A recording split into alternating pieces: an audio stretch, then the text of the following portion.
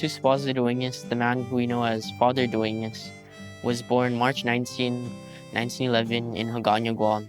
He's the son of Luis Paulino Dueñas and Josefa Baza Dueñas. He always wanted to become a priest from his childhood, and he studied in Manila and became ordained in 1938.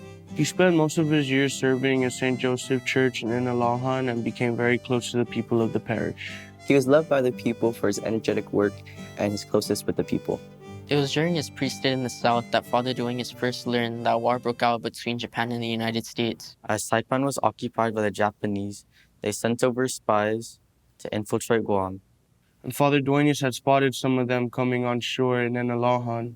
The American priests were captured by the Japanese, and after that, they only left 2 priests left on the island, 2 Chamoru priests, Father Calvo, Oscar Calvo, and Father Dueñas. With all these parishes to take care of, it led a lot of work that needs to be done. So they split the work up into 3 parts, in a sense, where Father Calvo took over the north and the central, while Father Dueñas took over the south. Although staying in Inalahan, away from the Japanese, he still resented the rule and oppression by them. And he would show that by singing American songs, reading American magazines, and holding meetings, which the Japanese did not like. When Japanese priests came to Guam, Father Dueñas did not respect their right to make decisions on the churches there on Guam. Father Dueñas told them that they have no word or authority in the Church of Guam. They threatened to send him to Rhoda, also known as Luta.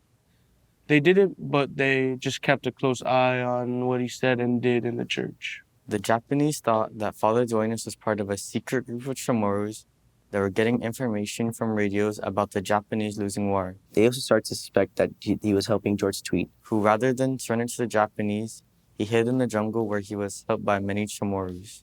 The Japanese really didn't like this, and they grew impatient with him. They started to find ways of trying to figure out how to get him to spill out all the information. On July 8, 1944, Father Dueñas was arrested by the Japanese as American ships surrounded Guam. He was arrested with his nephew, Eduardo Dueñas, who was my great-grandpa. Father Dueñas was beaten and tortured in a private residence in Inalahan. Sometimes the Japanese would even beat him in front of crowds just to frighten them. The Japanese would even leave him in fields for him to burn in the sun. But even at that, Father Dueñas didn't care. He still never told them what they needed and what they wanted to hear. Next, the Japanese took him to Aganya Heights, where they continued to beat and torture him. That night, as the Japanese guards were asleep, he was advised by Joaquin Tiago that he could escape. But Father Dueñas chose not to, knowing that if he did, the Japanese would come for his family and kill them. On July 12th, the Japanese took Father Dueñas and my great-grandpa to a field in Ta'i where they cut off their heads. Less than 2 weeks later, the Japanese occupation ended when the Americans returned to Guam. Later, a Saipan interpreter who witnessed the killings took Father Calvo and military officials to the site where Father Dueñas was killed. They dug up the grave of Father Dueñas and took him down to Inarajan, where he lays today. Father Dueñas was just 33 years old when he was killed. And later on, at the place he was killed, they built a school in his honor called Father Dueñas Memorial School. It was such a sad thing that Father Dueñas died even though he did nothing wrong.